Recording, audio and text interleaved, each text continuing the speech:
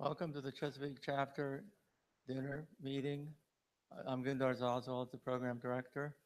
And this evening we have Rich Dye to talk about the Maryland State Highway System and how he's helping to make it better.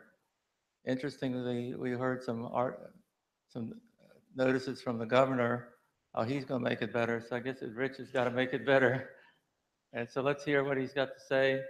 And he said he's going to try to apply some Agile technology to it to make it all easier for us to commute every day. So Rich, go ahead. Thank you very much. Thank you, Gundar. Thank you, everybody. As Gundar said, my name is Rick Dye. I'm the systems administrator for something called CHART, which is the the Coordinated Highways Action Response Team.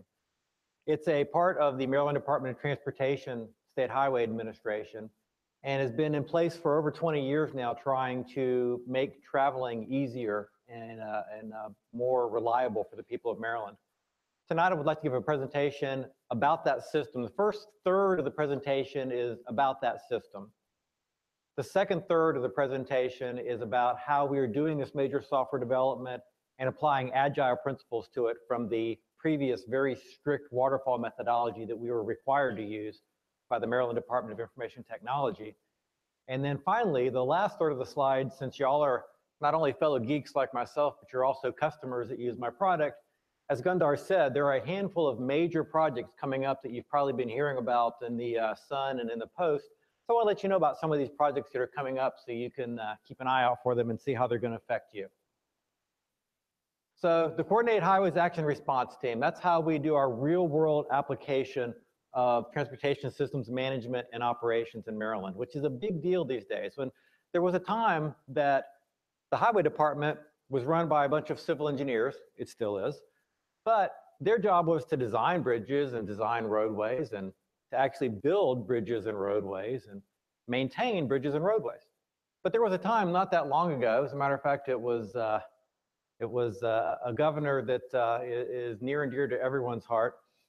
But Governor Schaefer was very interested in getting people to the Eastern Shore during the summertime because everyone was spending all their time on Route 50. They weren't down there at the Ocean City. They weren't spending money. They were very unhappy, and they were calling him. So he called the state highway administrator at the time and said, what are you going to do to operate these roads better?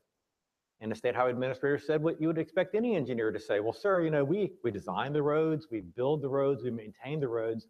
It's really the police that operate the roads.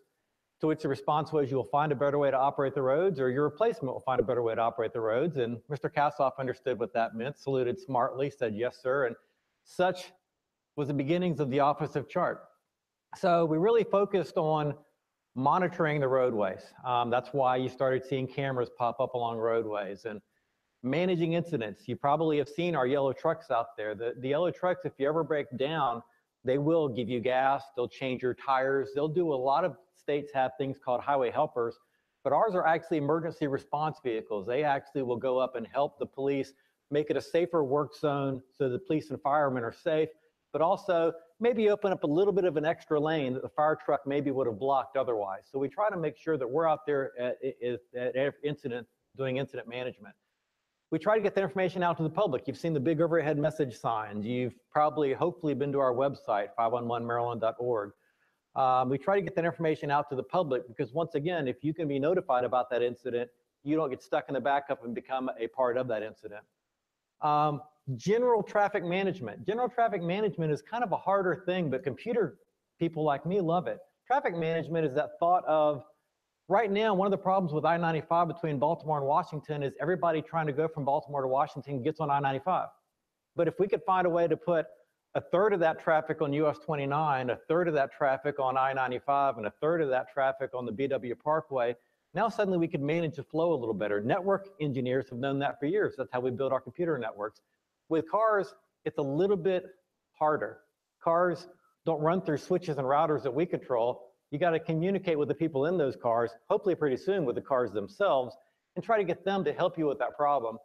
On our big overhead message signs over the last several years, you've probably seen travel times, real-time travel times to get from this point to that point.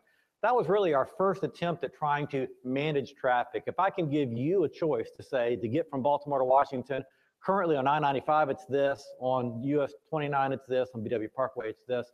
Then you can make a reasonable choice. So that's if I say traffic management, it's us trying to, no incident, we're just trying to manage traffic better. Emergency and weather management, you've all been through our winter storms here. Those in amongst themselves will create havoc you could not believe. And then a way to communicate not only to each other, not only to the public, but also to our devices. So there's a communications division that's a part of the Office of CHART. We fit within the Maryland Department of Transportation, which is set up along the lines of modes of transportation. So there's aviation component, mass transit component, Maryland Port, motor vehicle, and state highway, as well as the Transportation Authority, who does all of the toll facilities within the state. They all fall underneath the Maryland Department of Transportation umbrella. Within State Highway Administration, it's set up like you would think it would be set up. There's a part of it that does planning and engineering. It's a lot of what we do. There's a part of it that does administration, HR, IT. But then there's a section that deals with operations. Those are our district offices, maintenance, construction. Office of CHART is one of those operational offices. So that's just to kind of give you an idea of where we fit.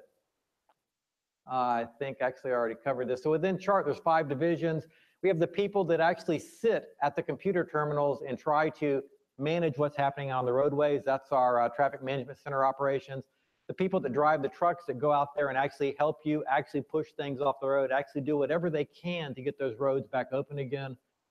There's a systems integration team, that's my team. There's a planning, programming, and development team, because none of this happens until somebody comes up with the idea, somebody writes the idea down, somebody makes sure that there's federal funding approvals, somebody makes sure that everything's in place to keep it going. And then once again, we have that communications division that helps us with all of our field equipment, not only communicating to the field equipment, but maintaining the majority of our field equipment as well. So what do? We have, traffic and roadway monitoring, everything from pound 77. If you're ever in trouble on the roadway, if you're in serious trouble, please call 911. But if you just happen to notice a disabled vehicle on the shoulder, or you become a disabled vehicle on the shoulder, if you call pound 77, State Highway actually pays for that. It rings to the closest state police barracks, so they'll know that you're out there, but they'll also dispatch us to come out and try to help you as well. We have our own patrol units that are out there. We work closely with the state police. We have speed sensors out there that are on the side of the road that use radar to try to determine how fast traffic is flowing. They can't tell how fast you're driving, because it really doesn't matter to us how fast you're driving. If you're doing 70 and he's doing 20, then he is still probably causing a problem. So it's an average, but that's all we really care about in our world. There's lots of closed circuit television cameras around the state. That was back when Governor Schaefer got a hold of Administrator Kassoff and said, you really need to do something about this. One of the first things we realized is if we don't know what's happening out there, we really can't do a very good job of responding to it. So over the years, you've probably seen these cameras cropping up on the side of the road. Most of them are ours. Some of them belong to the larger counties, like Montgomery County puts out a lot of their own cameras. We work closely with them, because another thing people hate to see is government waste. We would hate to see, here's a Montgomery County camera, here's the state highway camera right next to it. So if they have a camera out there, we pull their feed into our system. If we have a camera out there, they pull our feed into their system. The majority of what you see is ours, but there are quite a few that also belong to the major counties.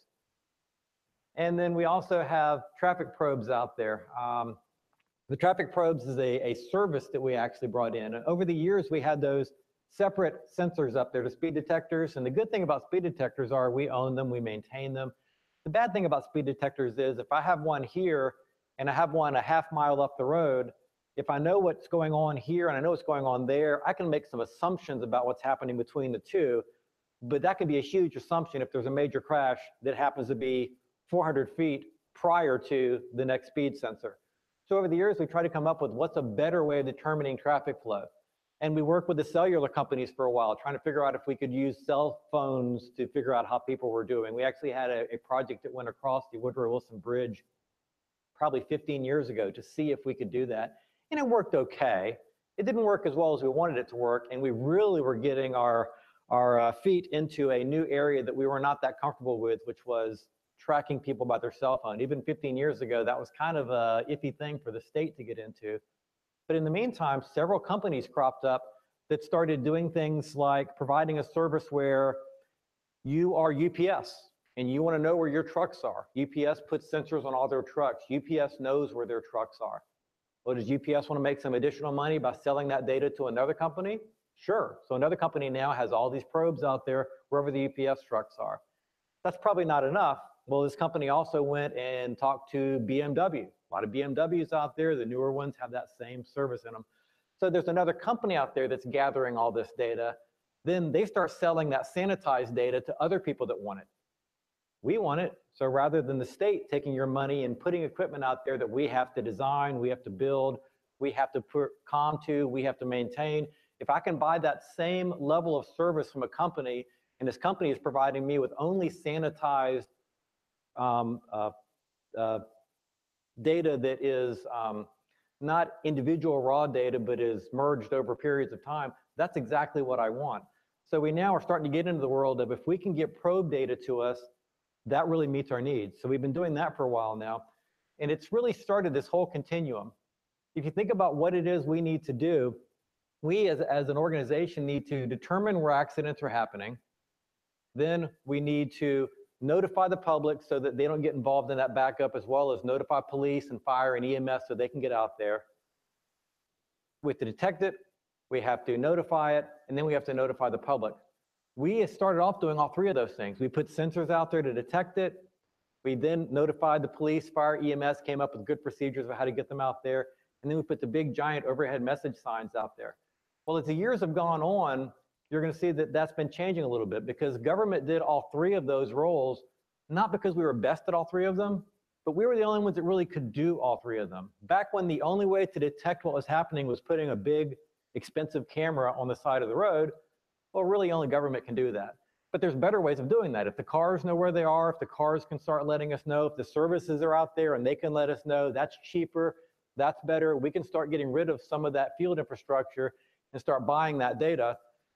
When it comes to notifying the public, we put the big giant sign over the freeway, but that's 3 lines of text. There's only so much you can say in 3 lines of text. So if there's other ways that are better ways of doing it, the cars now have their own data streams coming in that this car, your own car can tell you what's happening. There are other better ways to do it. So as that technology takes off, I think you're going to see government spending some money to get data about what's happening out there, spending some money to get information out to you so you know about it, and then we're going to concentrate on what we really do best.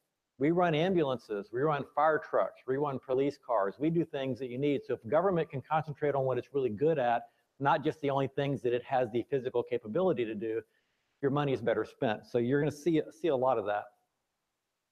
Incident management, these are our trucks. We can do a combination of either just a lighter duty truck that can tow vehicles off the road, that can push vehicles off the road, all the way to a fully qualified emergency response unit that can go out there, set up its own cameras, set up its own work zone, and stay for a long period of time. We have approximately 6 to 18 units out there 24 hours a day. Close coordination with state police.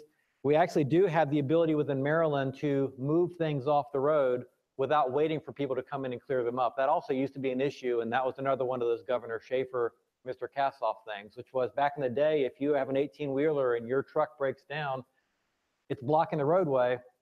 Our only real choice was to let you call your company sends out another truck, that other truck, then you unload from one, load into the other. And there was one time where that happened on I-95 where it happened during the morning rush and it was still there by the evening rush and everybody lost their minds, and rightfully so. We worked with the legislature, we worked with law enforcement, and we passed a clear the road policy that basically says, in the name of public safety, because vehicles stopped on the interstate. You know, people don't think about it, but most interstate accidents are relatively non-fatal. Everyone's going the same direction, so you're gonna have kind of crashes like this or like this, but once you stop traffic, and everyone assumes back in the back that traffic is still going at 80 miles an hour, as soon as they crest that blind hill and traffic is stopped, secondary accidents are way more fatal than the primary accidents. So if we can, in the name of public safety, clear the road more quickly, then it does save lives. So we actually do have permission now that if there's no reasonable time limit for someone to come and clear their equipment, we will push it off the road. And if it destroys all their equipment, they can feel free to file a claim and we'll deal with it later.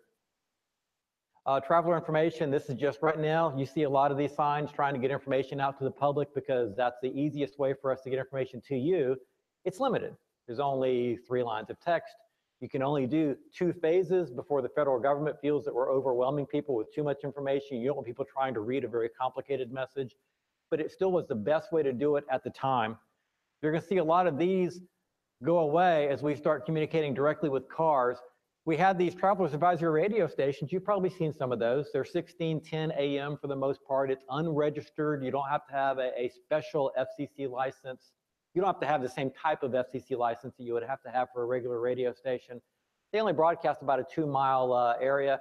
They were good for their day, but I mean, a lot of cars don't have AM radios anymore. So the fact of anybody really using this technology is really, that's starting to go down. So you're going to see those start to go away. But the number of people that use their computers are going up. So you'll see there's a lot of ways we're trying to get information out to you by computer or by telephone. You can also dial 511 and it'll talk to you about what's happening out on the roadway.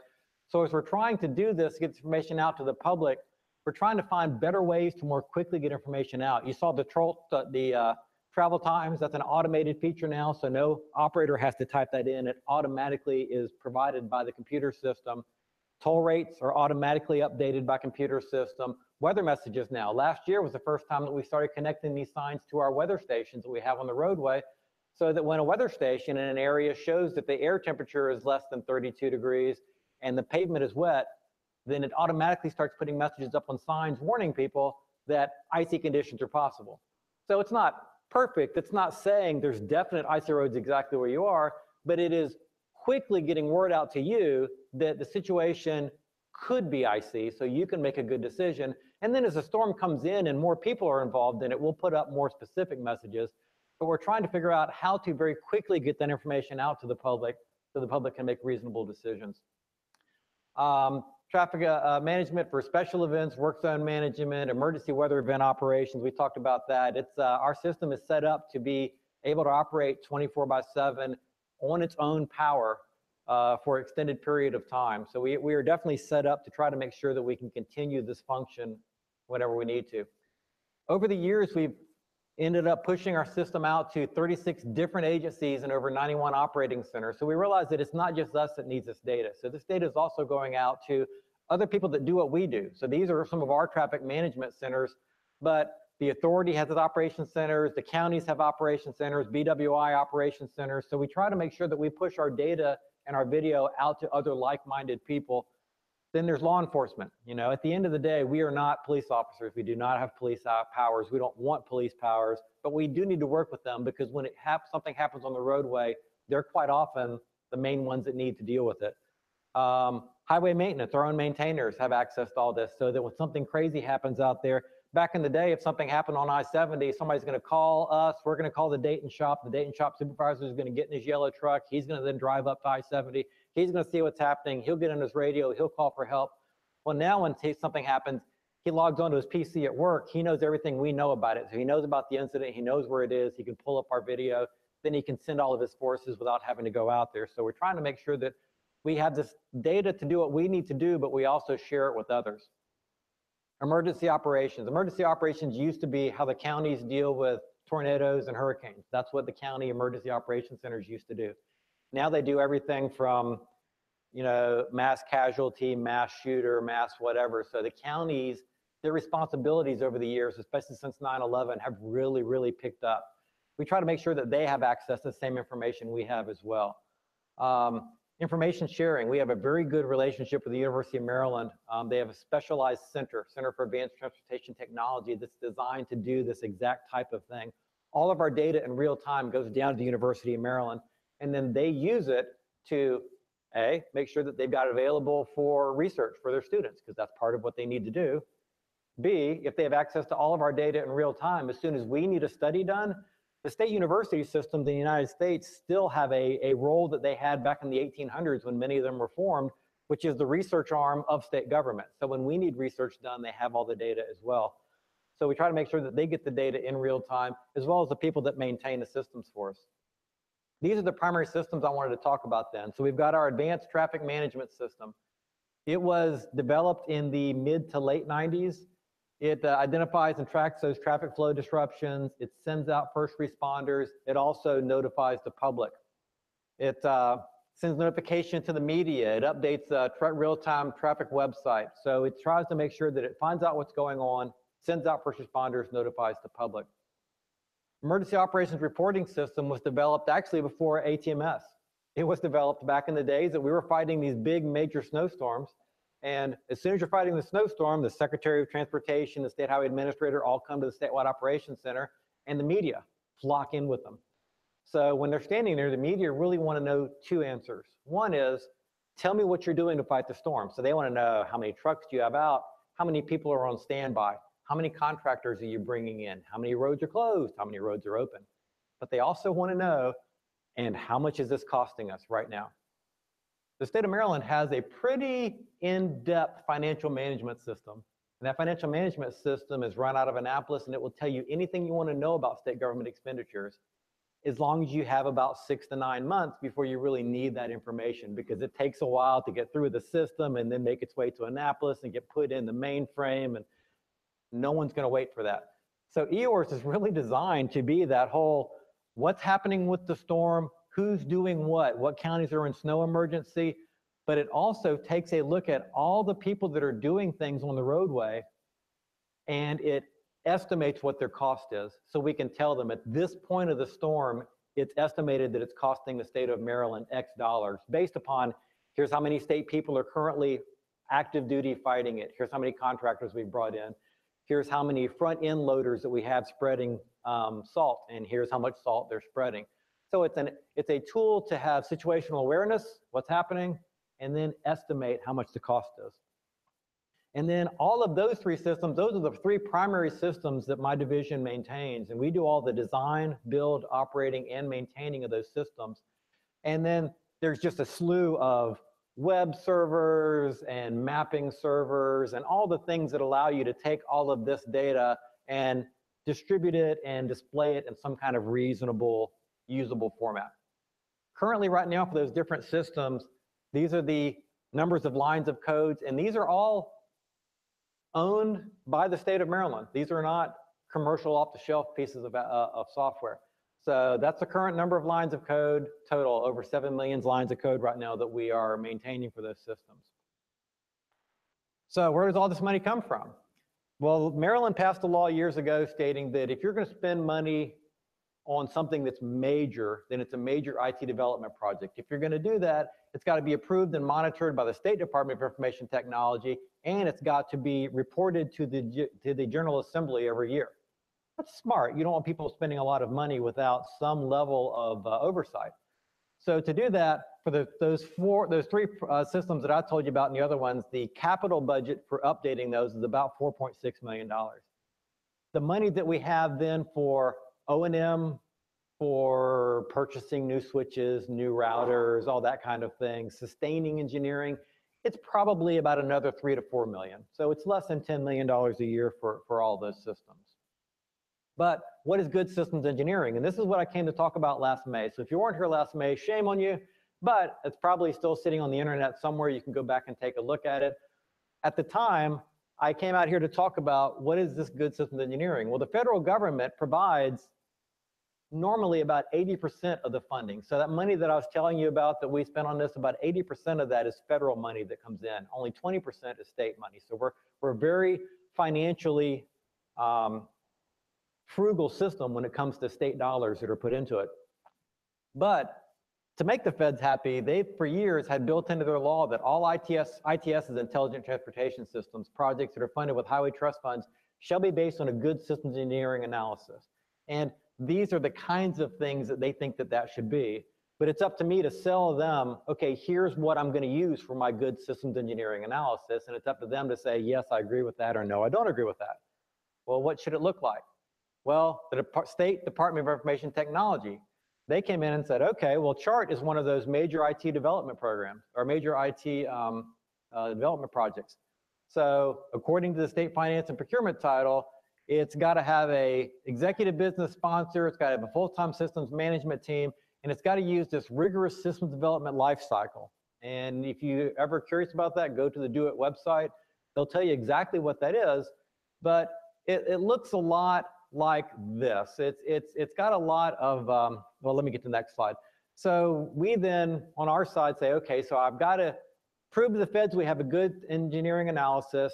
The state tells us what they think we should do, and they prescribe down to the actual deliverables what this waterfall methodology should look like.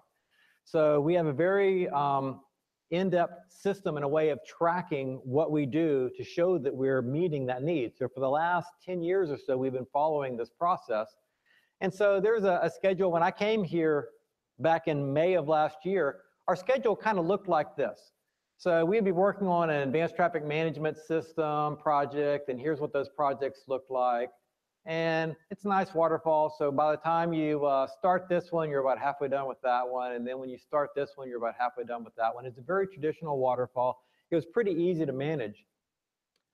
And to do that, we have all these required quality assurance plans, program management plans, risk management plans, configuration management plans, communications management plans, all the things that y'all have seen over the years when it comes to a waterfall methodology. As soon as we would want to do one of these projects under the contract, then we at the state government would issue a work order to the contractor. We have a 10-year contract right now with CSRA. It's 5 years with a 5 option year part to it. We would issue a work order to them. They would review it, and then they would start doing the things you would think they would do, defining solutions, developing WBS, the skill sets of who they might need. They do all of this, and then they kick it back up to us if there's somebody we need to approve. Then we would look at that person and say, okay, that person meets our needs, that's a good person. And then they finally would take a look at the work order, they'd kick it back, we'd review it, we'd kick it back. But it's what you're used to. It's, okay, we're the government, do this for us. And then we sit like this while they do all the stuff they're gonna do. And then they say, here's what we're thinking, what do you think about it? And then they sit like this while we go through all of that. Once again, if your intent is to make sure that you get what you think you're going to get and that everybody is clear about everything that everyone is doing, it's not a bad process. But since I'm here to talk about Agile, I think you're gonna find out one of its problems is it's not particularly fast, and it tends to give you one shot at getting it right versus quick and easy early failures while they're small and relatively inoffensive. So it did work, it worked just fine. Then it just basically, you can read this on your own later. It kicks back and forth, it kicks back and forth. So, however, you saw when I was talking earlier that it's not just ATMS anymore. Now EORS is involved, and we've got all this weather information and lane closure information. So we've got more systems. So since that's the case, here is that current month's map. This was from September of this year. So now it looks more like this. So you've got some lane control or lane closure permitting stuff happening up here, some mapping stuff happening down there. You've got some advanced traffic management stuff down here. You've got some EOR stuff in the middle. You've got some web stuff down at the bottom. It's manageable. It's not out of control, but it certainly is not that nice sit back and wait, because now we're all working on so many things at the same time that it was really getting a little confusing. And then if you really get into our schedule and look, you'd realize that this one, it pops up here which says streaming video player. For those of you at home that do anything with flash video, you probably know that flash video has been a huge security risk for quite a while now. And we've all known that, and we've all been working on what should we do with this flash video security problem. And as we debated, and as we debated, and as we debated, the web browsers finally decided, okay, we're gonna do something with it. So suddenly Internet Explorer stops accepting, they change it. And so you say, okay, I can fix that. And then when you do that, Chrome says, well, we're gonna change how we do it. And then when Chrome says that, someone else says that. So now I've got video that I'm providing to other first responders and to the public, and I get a phone call from you and you say, it's not working on my desk, but he calls and says, well, it is working on my desk because y'all have 2 different versions of Chrome and yours works and yours doesn't. So suddenly these external unexpected things started cropping up. Maryland 511, the old contract was going away. We need to figure out what we were gonna do with it. So we only had 3 or 4 months that we needed to figure out how to bring it in-house. These things that were started cropping up that we realized are out of our control, and we're going to need a very quick way to respond to, and our old way of doing it just didn't quite meet that. We also found out as we were building these that we were doing a good job, but of those releases, even when it was that nice, easy, calm waterfall, About half of the completed releases still had scope changes. We were not perfect. I'm sorry to really shock all of y'all, but we weren't perfect. There were scope issues. So as we went through these projects, they would have something that either impacted schedule or budget. So we decided about 6 years ago, we would start making smaller builds. That's our answer. Well, instead of having bigger builds, there'll be smaller builds. And that helped out some, but even with the smaller builds, the rate of scope change stayed the same. So if the scope changes were not being caused by just the pure size of the build, what was it? So we started looking at moving to Agile. In 2016, I attended a Federal Highway sponsored webinar. That's actually where I first met Gundars. And I read a proposal that said, Federal Highway agrees that this good systems engineering doesn't have to be traditional waterfall. You could use this thing called Agile. And so the INCOSI Transportation Working Group was formed, and they started working with Federal Highway of how could we possibly do that. So we started looking into, if we're used to doing this, and this is what the feds and the state and my management expects me to be doing, but I've got all these problems that I now need to fix, could I do it looking more like that? So we started looking into, it's not just ATMS now, it's also EOR's LCP. We need to get away from this waterfall methodology. So beginning right now, work order 17, which was actually in 2010, that's when we started doing those smaller releases. We thought that would do it, but we still were having those scope changes which impacted either schedule or budget. So we knew we needed to move towards something, and Agile was an option. I don't want to put in 100 slides telling you guys what Agile is. So this is my only slide that's actually got Agile buckets of information on it. But just so you do know, in general, it's an alternative to traditional project management. It's used in software development. It does help with that unpredictability due to these smaller increments of builds, not smaller builds completely, but smaller increments within the builds, that each major activity can occur concurrently organized into cycles. It's continuous or frequent small deliveries. It's frequent opportunity by the customer. I needed to have people that I could dedicate to being a part of the design teams. I couldn't just sit back in the back and wait for the design document to show up on my desk, and then I go through the 300-page design document. So I need to have people that are ready to be a part of it, and that these changes in our customer need, that we would be able to integrate those into the next iteration when suddenly Flash is not going to be acceptable anymore or something else crops up that we weren't expecting. The move was really kind of a 3-year effort. So in 2015, we knew something was coming. And so when we were basically had our time that we were going to update our tools that we used for PRs, problem reports, and the tools that we used to keep up with the what the source code was, we started looking into what tools were also Agile friendly. And so we did move to Jira for our PR backlog managing. We went to Confluence for collaboration. And then our source code control, we went to Subversion, all 3 of which are well organized to support Agile teams. In 2016, we started training. I had to go to my management and say, then if we're really going to do this, we need to go ahead and start putting money into training our people who we have been training for the last 10 years to do this very in-depth waterfall methodology. So we started training our people on certified product owner training, as well as general team training. The contractor on their own nickel, because their contract says whatever internal training they need, they pay for themselves. So now we're changing the way to do it. CSRA had to go ahead and come up and absorb the cost of training their own people of the general development team training as well as Scrum Master training. So that all was happening during 2016. And then in 2017, we actually took the final step of trying to figure out if we're going to be doing this very quick 2-week buildable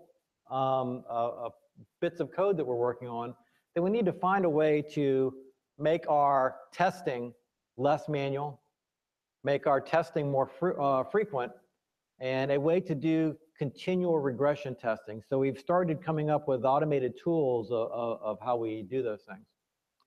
So right now, ATMS Release 19, which is starting in December and will end in June of 2018, will be the pilot project. The team for this project is just started estimating the project. Releases, we're going to do 2-week sprints. So every 2 weeks, there will be deployable, fully tested code. we're not going to deploy every 2 weeks. There's nothing in Agile that says you have to deploy every 2 weeks. I would argue that if your intent was to deploy every 2 weeks, depending upon the size of your system and the size of your user base, your users will revolt. If you're trying to teach your users something new every 2 weeks, they won't have finished trying to work the bugs out of what they just learned before you tell them, oh, and now there's something new. But that doesn't negate the value in every 2 weeks having fully built, tested, deployable code. So that's our goal right now. The backlog grooming sessions and sprint review meetings have been conducted. Those are going to be in alternating weeks. Work status is being tracked and reported back on the sprints. Release burn down charts, release burn up charts to be used to track. Each step of the project is subject to the inspect, adapt approach. So we've all gone through the training. This is going to be our goal for doing it. So how's it looking right now? So my first job is easy. Kick off the work order. So here are the things that we think we need. We went ahead and I brought in my certified product owners and I said, okay, what's in the backlog? I can learn all the new language. What's in the backlog? So we looked at what was in the backlog. We pulled out the amount that we thought was probably a reasonable number of sprints to be in a work order, and we kicked that over to the contractor.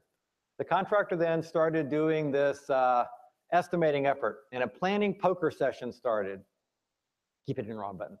So planning poker session started where they basically break the backlog items out into individual user cases. So when you do that, the use cases, each team member independently comes up with what they think is the estimate. Will it fit within a sprint? And then they all get together. And where they agree, then that's the correct size. Where they don't agree, they all work together to figure out what that correct size is. And then at the end, they come back to us and say, can we do all of that in the number of sprints that we think is reasonable for a work order? We'd love to be out of the work order business. In a perfect world, Agile would be, give Rick a big pot of money, I bring in the contractor and I say, here's the money for the year, we'll just do the stuff we do. But sadly, government doesn't work that way, and I think most businesses don't work that way either, because remember, the legislature wants to know what we're going to be doing, and they get reported every year on that, and the senior executive sponsor wants to know what we're doing, and he tracks me every other month. So we've got to have some way of bounding what these sprints are going to look like, what we're going to be deploying. And right now what we're doing is we're creating these arbitrary work orders of, let's say it's 6 sprints. So it'll be 6 sprints, then that's how many we'll do in that work order, or maybe it's 12 sprints, or maybe it's 18 sprints. So right now the contractor's looking at it, and then they come back and they submit the work order scope statement back to us for final approval, and then the sprint begins. So like I said, we're getting ready to start this. I wish I could tell you how well it's going to work, but right now, that's the goal. So my job now, I mean, at some point you stop being a computer person. I haven't written code in probably 30 years, and I haven't really done any architecture engineering in probably 15 years. I'm a salesman now. That's what I do. I manage my people, and then I sell to the state government what it is I think I need to do so that they can make sure that they fund me properly, and then I sell them at how well we're doing it. So yes, I have become a salesman. So the requirements of the state's very strict software development lifecycle is right here. So there will be a software requirements document. There'll be a design document, systems architecture, test master plan, integration test procedure, system test report, user guide, O&M guide, application disaster recovery plan, training plan, and implementation plan. So I'm sure you all have heard of all those things, you know, back in your systems engineering lives. Well, now that we're doing Agile, software requirements. Okay, software requirements, that's not too hard because we're gonna have all these user use cases, all these user stories. So if we can get the user stories use cases together with some kind of acceptance criteria, then at the very beginning of the work order, we can put, even if it's gonna be a dozen sprints for the work order, we can put all of those together because that's that team that got together and went through those when they were doing their initial estimating. So we feel pretty good about that. Design document. Well, the design document in the past used to be a couple of months into this work effort, we get that 300-page detailed design document. Then we read the detailed design document, we get back to the contractor, they take our changes, and we go ahead and we do it. Well, that's not going to work with Agile. That's not how it works. So I'm just going to have to go in and say, I know that the current law, the way it's written, requires this. Here's what we're going to do. We're going to focus on the as delivered state, and it's going to be delivered at the end of the work order. So you'll get your design document, and the design document's going to be, here's what we built, and it's delivered at the end of the work order. Okay, well, isn't that kind of risky? Well, yes and no. If I've got my own product owners that work for me that are on these teams, and every 2 weeks at the end of the sprint, they have to demonstrate to us that what they did works, then no, it's not that risky, because every 2 weeks, we're keeping up with it. It's just I'm not going to have a 300-page document that I could hand to an auditor ahead of time and say, here's exactly what we're going to do. And hey, if you back up a handful of slides, you'll see back in the past when we used to do that, over half of those things ended up with scope changes that impacted budget and impacted schedule. So even when you had that 300-page document, was it really what you needed to ensure that you're going to get exactly what you wanted? It really honestly never was. But I've got to be a good salesman. And if I'm here next year to give you another presentation, you'll know that I was a good salesman. So I don't have to go over all these, but like systems architecture delivered at the end of the work now. Test master plan, we're going to replace with these program level document that says in the future, rather than each work order having its own test master plan, we're going to have, here's how we test. Here's our automated testing tools. Here's how those tools do what they do. And then for each individual work order, for the integration test plan, the system test procedures, every 2 weeks there's a demonstration. That demonstration will be documented. That is our test plan. It's not going to be that 200-page test plan of you will do this, it will check. You will do this, it will turn green. You will do this, it will print this out. We're not going to have that anymore. User guides, the rest of the stuff we're going to keep and put the same kind of money into it we used to put into it. We also have a bunch of meetings, and these meetings will make sense to those of you that were also in this world. So we have a change control board. We have architecture working group meetings. We have PRB meetings, problem report board. We have JAD sessions. We have lessons learned. We have a configuration change board, which has release content reviews, ORRs, RDRs. I won't read this whole slide to you, but in general, what we're going to try to do is if we're going to keep a meeting because it made sense, we'll say where it fits in Agile. So just one example then, if instead of a separate architecture working group, that architecture working group, which would come up with requirements that need to be done, it's now going to be done in that documented by the very beginning of those backlog reviews. So we're going to still be doing things, but I'm going to have to come up with some kind of a document that explains, here's what we used to call it and what it did, here's what we call it now and what it does, and here's why. So that's kind of the Agile presentation. The last 5 minutes was just meant to tell you, okay, and what things are we going to be building in this Agile way? Some of the things I talked about last year are still true. As we build these systems out, we still need more flexible software modules, integrated networks, because the subsystems are growing, the number of systems are growing, the number of places that use the software are growing. So you need to see things like high-speed connectivity to real-time backup site. We can't afford to have the 2 to 3 hours to fail over like we used to have. We're trying to eliminate our copper circuits because copper circuits are not only expensive, they're hard to run to the side of the road when you tell Verizon, I want a T1 here, and they say, what's the address? And we say, it's right here on the side of I-95. And they say, well, what's the address? And we say, there is no address. And they say, well, we won't run a thing, so we make up addresses. It's 27 I-95 North, but it's right here. That's hard. And not only is that hard, we dig them up faster than we put them in. We at State Highway, what do? We design roads, we build roads. As we build roads, what do? We tear things up. So we've been moving away from copper circuits to more wireless where we can. Sometimes it's an APN across an existing wireless network. Sometimes it's our own wireless network. There's a new thing called FirstNet, which is being designed just for first responders to have their own wireless networks. It's gonna be pretty cool. Fewer physical devices, more mobile devices, mobile cameras, mobile dynamic message signs, things that are not stuck in one place. Talking to other people, integration with central authentication, things that kind of make the systems easier to use. And then we've got to make the systems smarter. State positions are shrinking. We're getting fewer and fewer state employees. I mean, at the end of the day, you can't get past the fact that if you want to cut the state budget, cutting state employees is a fairly common way to do that because there's a lot of us. So we're going to have more and more contractors on board. And as we get more and more contractors on board, we suddenly don't have somebody who's been there for 40 years who was there when Hal Kassoff figured out how to do this and knows exactly how to do it. So if the person doesn't have that kind of experience, Who does? The computer systems. So we're building artificial intelligence into them as best we can for decision support, so that when there's an incident, you know how we automatically put those weather messages up. You're going to see us automatically putting a lot of new types of messages up in the future. State data, what I told you, mixing our own data with that probe-based data, multiple sources for better real-time queue estimation, so that we not only tell you that the roads are blocked, but we tell you it's a 3-mile backup, or we tell you it's only a 1-mile backup. See, I can say only a 1-mile backup, like that's not a big deal. So maybe I'm getting a little bit jaded in my old age.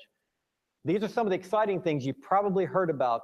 Governor Hogan and Secretary Ron came out a couple of years ago. Actually, the secretary, when he came in, he asked us a reasonable question. He said, what's your worst problem in the state of Maryland from a transportation perspective?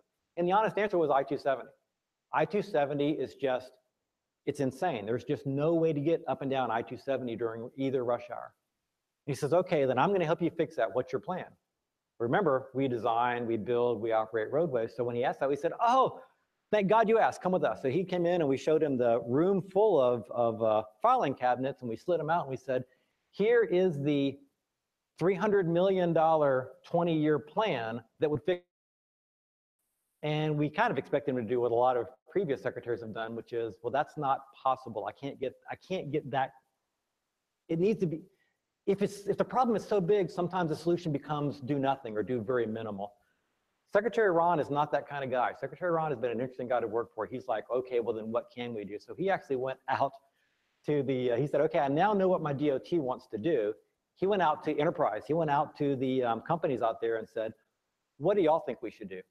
We want all of y'all to propose, it's $100 million. I'll tell you now, the project is $100 million. For $100 million, what could you do? And each company proposed what they could do for $100 million.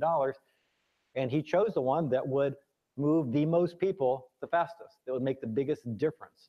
So there is a project now that is ongoing on I-270, and it's going down to basically to the, from the 270 split to 370. It's going to be a progressive design build approach. It's not, we don't know exactly what they're going to do. We know high level what they're going to do. It's going to maximize vehicle throughput, minimize travel times. It's all about safety. So the things that they are talking about are ramp metering. Those of you who have ever traveled up in Chicago, some other places, California, before you get on the interstate, there's a traffic signal.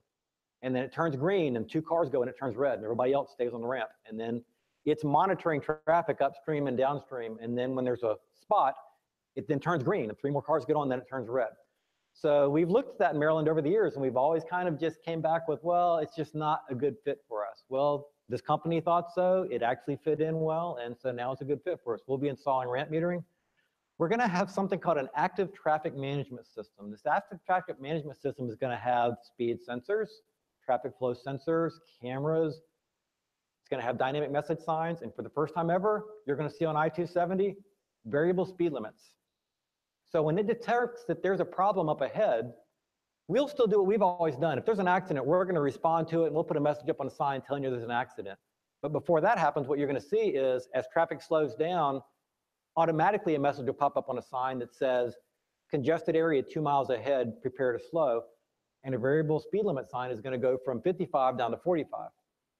Now, there's been discussion, is that an enforceable speed limit sign, or is that an advisory speed limit sign? Right now, they're saying it's an advisory speed limit sign. But for the first time, I talked about traffic management. We're going to try to give the drivers enough information that they can make intelligent decisions. So it's going to tell you not only use caution, but you should slow down to 45 miles an hour. And then when you get to the next level of signs, 25 miles an hour. And then the next level of signs, 15 miles an hour. So active traffic management. So you're going to see that on I-270 as well. I-95 active traffic management project. The I-95 is a big issue. This project right here is basically between Maryland 198, down by the Capitol Beltway, all the way up to 895, almost to the Baltimore Beltway. We can't build an awful lot more of lane miles there. So we're going to start looking into, can we actually put traffic on the shoulders? You've probably seen this in Virginia. Virginia does it quite often. So there'll be red X's when you're not supposed to be on the shoulder, green arrows when you are on the shoulder. The traffic engineers in us love it. That's an awful lot of space you're not using just to be a shoulder. The incident responders in us hate it, because that shoulder is where we move traffic that's having problems right now. And if it's currently a travel lane, where do you move traffic that's having problems? Not an insurmountable problem, but once again, Secretary Ron, Governor Hogan say, find a way to make it happen. So this one is also on the books. This is probably the one you heard. I've got to tell you that when this came out, everybody in my office, you saw the heads start popping up over the cubicles like groundhogs, because this was kept pretty quiet. None of us knew this was coming, at least at my level and lower. And we're watching the governor on, oh, look, the governor's on television. Somebody turn that up. Well, they decided that we are going to go ahead. Remember that thing I told you that nobody could ever do because it's just too big and it costs too much money? Apparently that only lasted the first couple of years of Governor Hogan's time in office, because he came out and said, you know what, if it's $9 billion, it's $9 billion, but we're gonna go ahead and add new lanes to the Capitol Beltway. We're gonna add new lanes to I-270, and we are going to take over the Baltimore-Washington Parkway. We're going to take it from the federal government, we're going to bring it up to federal interstate standards, and we're going to add lanes to that as well. So this is going to be the largest public-private partnership in North America that we've ever seen.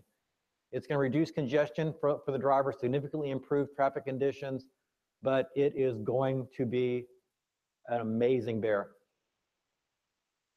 And then, of course, we're also preparing for connected and automated vehicles. I told you that earlier, that when it comes to these types of vehicles, the smarts in the vehicles are coming whether we want them to or not. And the neat thing was, I talked about it last time I was here. I don't want to spend too much time on it today. The neat thing is, when government drags its feet, it's not just connected vehicles, but it's vehicles talking to each other, not just for us. And the vehicle manufacturers don't need us for that. So they're already creating ways for the vehicles to talk to each other, so that theoretically your car knows that it's stopping. It tells his car, which tells his car, which tells his car. So even he's a half mile back, he now knows that traffic is stopped up ahead of him because the car has passed it from one car to the next. That's being worked on right now. But we want to also work on the way to get vehicle to infrastructure. And that infrastructure is going to be something we have to maintain. That's how we get information out to your cars about what's happening on the roadways, that type of thing. We've got actual groups that are meeting and are now working on what this is going to look like for the state of Maryland. And then to make all that happen, there's going to be a technology corridor on US 1. So US 1 is where we're going to build a test bed. So we're going to try to put as much of this technology as we can along that test bed so that we can determine how well it works, how well these new updated signal controllers work, how well these dedicated short-range communications radios work to talk to the cars. We're going to install all this as we can. Now, everything I'm telling you for all those projects have new things that I'm going to have to deal with. Currently, there's no ramp meters in Maryland. Currently, there's no active traffic management in Maryland. Currently, there's none of this technology in Maryland. So all of this, I told you that at the beginning of that crazy schedule, there were 2 or 3 things out of our control. I've got to get ready for the next several years to flip-flop that, where there's going to be 2 or 3 things that I knew about, and all the rest of it is outside of my control. So Agile is a requirement for me. I've got to be able to say, I know that government is built in a way that moves ponderously and slowly, and that's not always bad. It keeps us from making bad decisions sometimes. But we can't do that anymore, at least not in my world. So that is the reason why that we have bitten the bullet, and we are now moving towards this Agile methodology. Okay, I know that was a lot. now we're ready for questions. I ask you to get a microphone. I do want to make one comment about Agile first. I think that the definition of Agile is when you don't know what the requirements are and you're developing the requirements as you go, is really the way that I sense that Agile is defined and used. You have incremental, and incremental, you know all the requirements ahead, but you just execute in increments. But with Agile, you're dynamically executing as you go. And it gives you multiple shots at it. You don't have that one chance to get it right with lots of documentation that is now wrong. Well, So you can also go off the wrong path and then come back and go back to the other V in the road, yep, which is hard to do if you've got it all wired ahead of time. Absolutely. Any questions now? Yes, sir. Yeah, a couple of things. One thing, Route 50, Severn River Bridge, if you have a variable speed limits, you know, there's much less margin for lateral movement when you're making more lanes in a given width. And, you know, there have been a lot of complaints in the Annapolis Capitol. So if people were told to slow down from 55 to 50 or 40. You know, you have wide trucks. This is at least during the rush hour period, congested period, and might be a good place. The other thing, in north of Boston years ago on 95, if there was an accident up towards New Hampshire, they were allowing people to drive in the breakdown lane. Well, they didn't have signs in the 70s or 80s, Sure. but that was kind of a practical thing. And the other thing, why in, say, Route 50 going into DC from Bowie, they have 24-hour HOV lanes, while many of the other states just have it during the rush hour. I can talk some about the first two subjects, if I can remember the first two questions. When it comes to the Severn River Bridge, I can tell you in the Annapolis area, this is way outside of my area of responsibility. I'm not a civil engineer. I'm not the chief engineer of Maryland, but I can tell you that that one area is talked about in meetings that I go to more than any other part of Annapolis. And they are discussing things like lane width, because the engineers will tell you if we can make the lane smaller, we can get more traffic in there. And then the human people will tell you, but the drivers are not doing a very good job in the amount of space they have right now. They are talking about, are there ways of changing a lane so that, I don't know if you ever noticed on the Bay Bridge, if they need to get more traffic across it, then instead of going both this way and all this way, they'll put one contraflow going the direction they want to go. There's some discussions about that. So they're looking at as many different options as they can, because that is that one area at Severn River that breaks down more than anywhere else in that whole region. So we are looking into that. As far as the breakdown lane, using these dynamic message signs, these red arrows and red X's and green arrows, that's going to be our first shot at that. And if it works well, anything we do, you're going to see in a lot of additional places. And as far as the HOV status of Route 50, I really don't know why it's 24 hours a day. If you'd like, I can ask and get back to you, but I do hear what you're saying. Yeah, a couple of other things. Well, you know, the IEEE has their ITS journal, you know, that's very thick. You know, a lot of foreign authors in that, quite Yes, a few as usual. Yeah, and the other thing, you know, we have vehicles, intelligent transportation systems coming back. But one thing in the human factor side, and I noticed this 20 years ago in Houston, when you're, and it has to do with standards, but when you're driving in the morning and you're sort of facing the sun and you have a white on green sign, it's very hard, you know, even above the road, it's very hard. You're talking about contrast washout or Sure. desensitization. And I know in some cases where they have signals, whatever, they have a very, something else like a white, a very bright white flashing signal to notice something contrast. But that kind of a road sign issue can be a problem, you know, at dawn or dusk when the sun is low. I can tell you that I've worked for Colorado DOT, Texas DOT, and Maryland DOT. And Maryland DOT is involved in more of the IEEE, SAE, AASHTO subcommittees than any other state I've worked for. So I can tell you that we have the right engineering people engaged in those conversations. Yes, sir. This thing working? With all this information you're putting out there, all the signage, all this control and things like that, I'm wondering, are you guys, do you have any legal liability for what you're putting out there? Like if and how do you deal with that? In the world of civil engineering, there's something called the Manual for Uniform Traffic Control Devices, and it's approved by AASHTO and all the states that say if you're going to put any kind of a sign on the side of the road, if you wonder why all the signs look the same state to state to state, that's why. The AASHTO creates these committees that go out and come up with the way things should look, and then they create it and put it in this manual. ITS devices, the big over dynamic message signs, didn't used to be part of that because we were not considered regulatory, we were just considered advisory. We are now part of that. So not only are we held liable for what we have up there, we're also held liable for how much of it is up there, how long does it flash between the next phase, how many phases are allowed. There's all kinds of human factor engineering that goes into that, but it is very clearly detailed in that document. I'm sure we get sued all the time. Just interested in what kind of architecture tools you're using and whether you use or do model-based system engineering as you develop your deliveries. No, but only because when Maryland decided that we needed to have good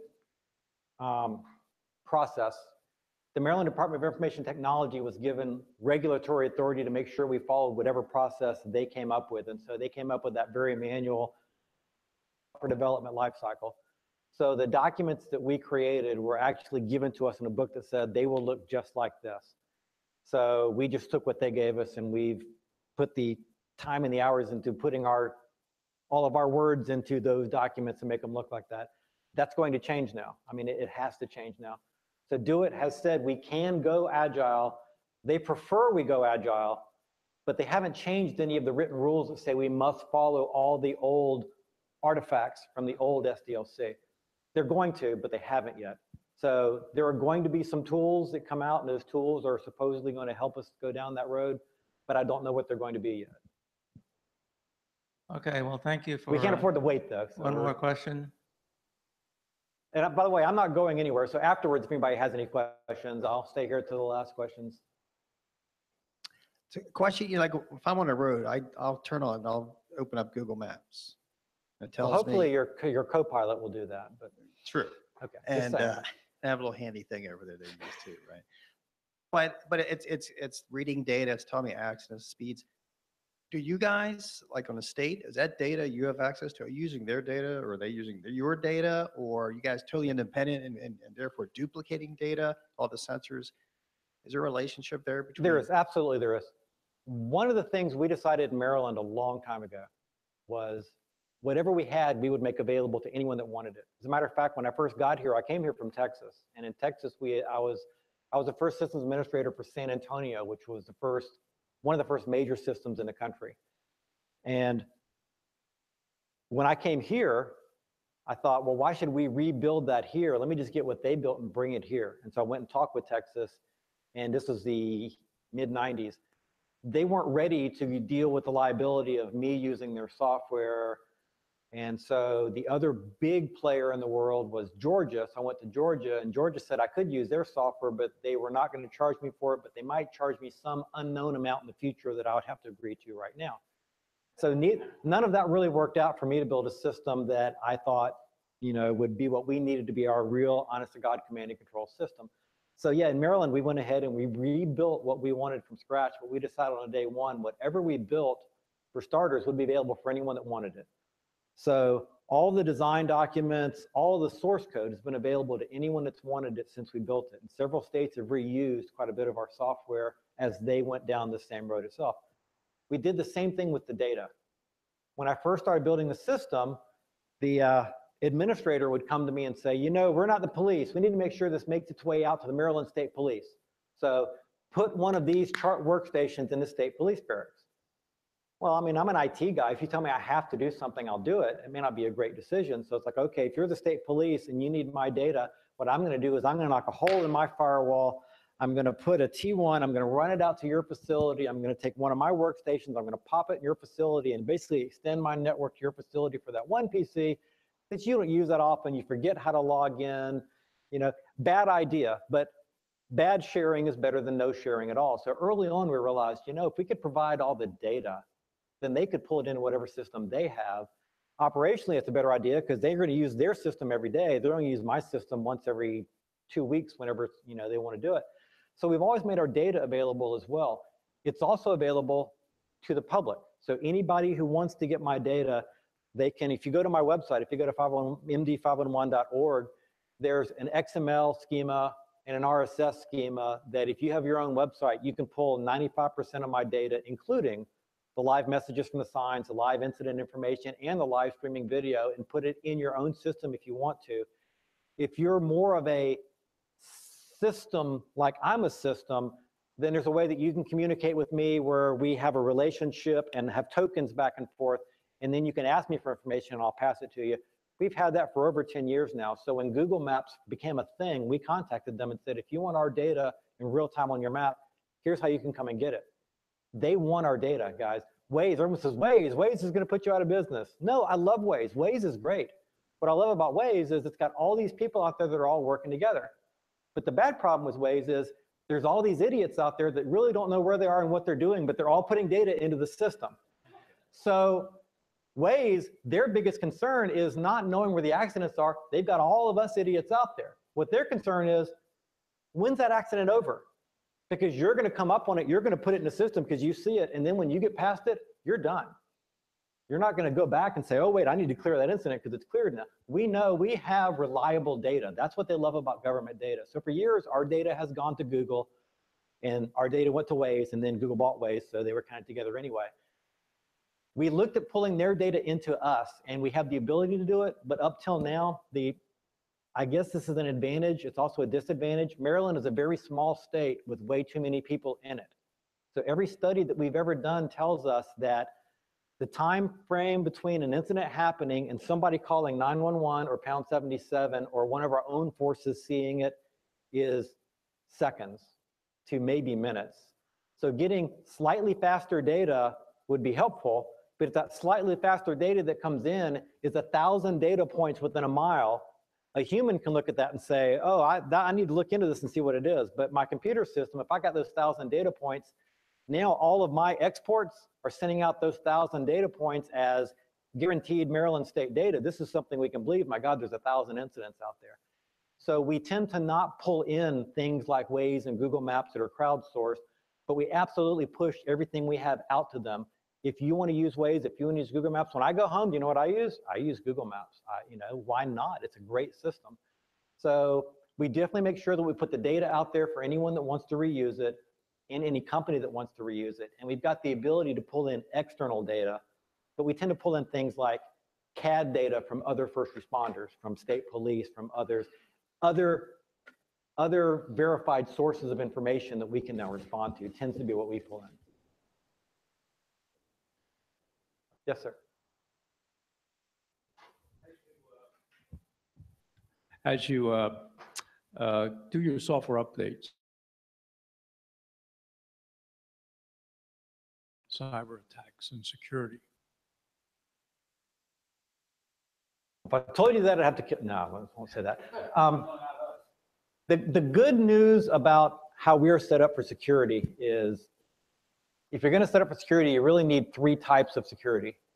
You need to make sure that you've got application level security that keeps the right people in the right places of your applications, and we've done a very good job of that. You need to have a moat built around you, ways of detecting any kind of external intrusion that you're not expecting. And the Maryland Department of Transportation does an amazing job of that for a state agency. You should be proud of Maryland Department of Transportation and the money they put into that. The third level has to do with trusted people inside the network. That's an area where we could use some work, and we've identified some things that we need to do. So we are definitely putting the money and effort that we should into security. The only thing that bothers me right now is I've had to stand up in front of very scary high-level people and say, I'm here to talk about the time when we're going to be hacked, not how to stop us from ever being hacked. We're going to be hacked. There is no way for me to keep all the bad actors in Korea and China and all the others out there from ever getting into our system. So we've got those, I said 3 layers, and I only told you 2 of them. So we've got that, the good moat, and we've got the good application layer. The third thing that we need to have in place is the ability to make sure that once we are hacked, we can identify it and we can localize the damage that it can do. An example of that would be, oh, you guys have probably all read it at one point. Somebody puts zombies ahead on a dynamic message sign somewhere. That used to be the big thing. Now it tends to be things about our president, but people go out and they hack into the signs.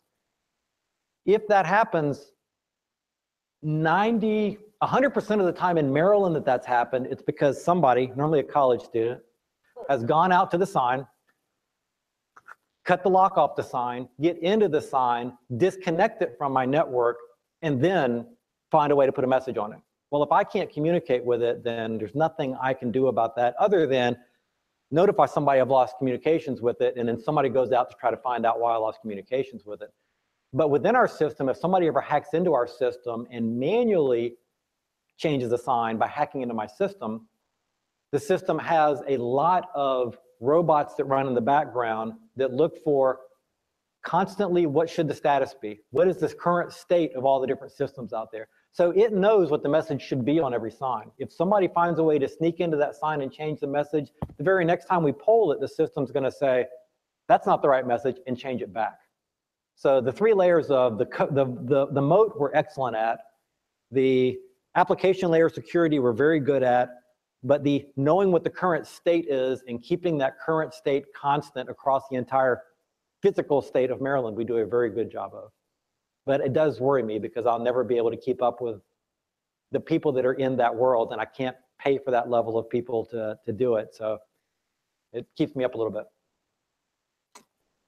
Yes, sir. You've indicated that your systems are not being connected by copper. So that means you're going to use the use of the RF spectrum.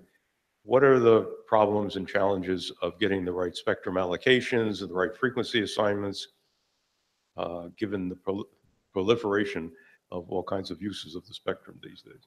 Our experience that we've had so far for wireless, our largest experience has been through cellular. And the good news about cellular is the same as the good news about copper. It's ubiquitous. It's everywhere. And we've been able to do things to help make it a little more secure. Like you can do something called an APN, where we connect to AT&T's network through our firewall, and then it tunnels to the far end so that my IP addresses go to the far end, so that even other AT&T traffic can't decode what I'm doing because it's on my network going through their wireless. That is an excellent, quick, easy way to do it, but it's far from overall secure. And it's also got an issue with the fact that if something crazy major happens and everyone gets on their cell phone, I've got no particular priority over anybody else. So the easiest way to do it is cellular. We're doing it today. It's got issues with guaranteed availability. To get guaranteed availability, there's 2 ways that we're working right now, both of which are federally funded and federally approved. One is called dedicated short-range communications. It's in the Wi-Fi spectrum. It's dedicated just to us in transportation, and it's designed for, I've got an antenna on the side of the road, your car is passing by, my antenna and your car talk to each other while they're close enough, and then your car moves on. That's been approved. It's been approved for years. We're just now on that US 1 corridor going to be deploying some of the DSRC. The third thing was what I mentioned earlier, which is that FirstNet. FirstNet is a major digital wireless network that the federal government approved for first responders. So that's not just transportation, that's also police, fire, EMS. But it is a major nationwide digital radio network, and the states were allowed to opt in or opt out early on, and this was back in the previous governor. He was in love with the idea, so Maryland opted in very early, to the point that we now have a contract with AT&T, I think, to provide that in the state of Maryland. So there's going to be a secure wireless RF, some frequency that I don't even know, that is going to be controlled by government in the state of Maryland. So that'll probably be the third area we go towards. All right, I think we've got enough questions here. I'll hang around afterwards if anybody has any other questions. So we got a raffle for the book. Okay. This book, if any of y'all remember last year I brought a book from